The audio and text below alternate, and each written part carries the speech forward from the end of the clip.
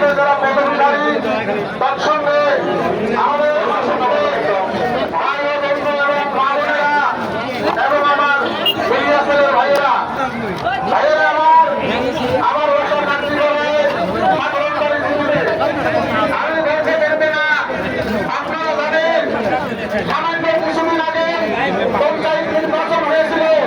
আমরা চাকরিগড়া অঞ্চলে চাকরিগড়া জেলা পরিষদে কংগ্রেসের হাতের ছবিতে বিপুল ভোটে জয়যুক্ত করে দিয়েছিলাম জাভেদ ইসলামের স্ত্রীর অপোজিশনে। আপনারা জানেন ইনশাআল্লাহ আগামী দিনে আমরা যেভাবে জেলা পরিষদের সাহেবাড়িকে জয়ী করেছিলাম, ইনশাআল্লাহ আগামী দিনে চাকরিগড়া জেলা পরিষদে আমরা সেইভাবে মহিবুর রহমান বাপ্পির হাতের ছবিতে আমরা এত বিপুল ভোট দিব, ইনশাআল্লাহ আপনারা দেখবেন। আমি আপনাদেরকে খালি একটাই অনুরোধ করি, আপনারা আগামী 9 তারিখের নির্বাচন আপনারা দেখবেন হেমন্ত বিশ্ব শর্মা নির্বাচন এবং বেগত সাহেবের নির্বাচন। আমরা হেমন্ত বিশ্ব শর্মা সাহেবকে ভোট দিব না আমরা বেগত সাহেবকে ভোট দিব? এই কথায় আপনারা একটু একবার অনুমান করবেন, নিজের নিজেকে জিজ্ঞাসা করবেন। আরেকটা কথা বলে আমার কথা আমি শেষ করবো। আমাদের জাভেদ ইসলাম সাহেব জাভেদ ভাই আমাদের এখানে বেড়ে বেড়ায় আমরা নিরাপত্তা দিব, আমাদের হেমন্ত বিশ্ব শর্মা সাহেব নিরাপত্তা দিবে। আমার আপনারা 24 ঘন্টায় দেখতেছেন আমাদের আসামের হাট, আসামের পরিবার টুকুরা আমাদের জমিদার সাহেব ওনার নেতৃত্ব হেমন্ত বিশ্ব শর্মা সাহেব আজ পর্যন্ত দিতে পারে নাই।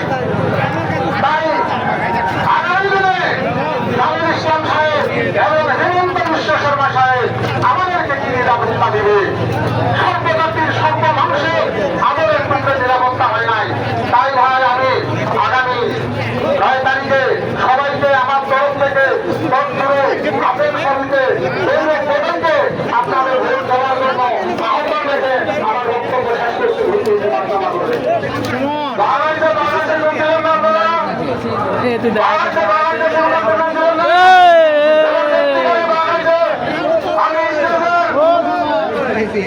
আমি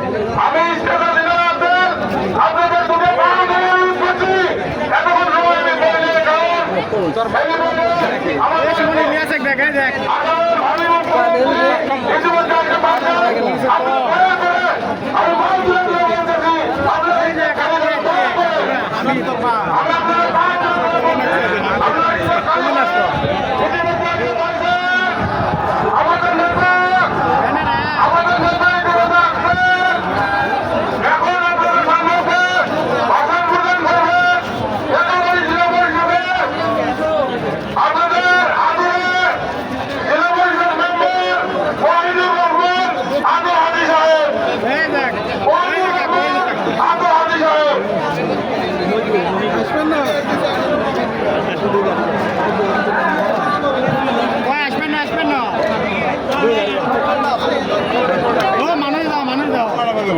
আসসালামু আলাইকুম, নমস্কার।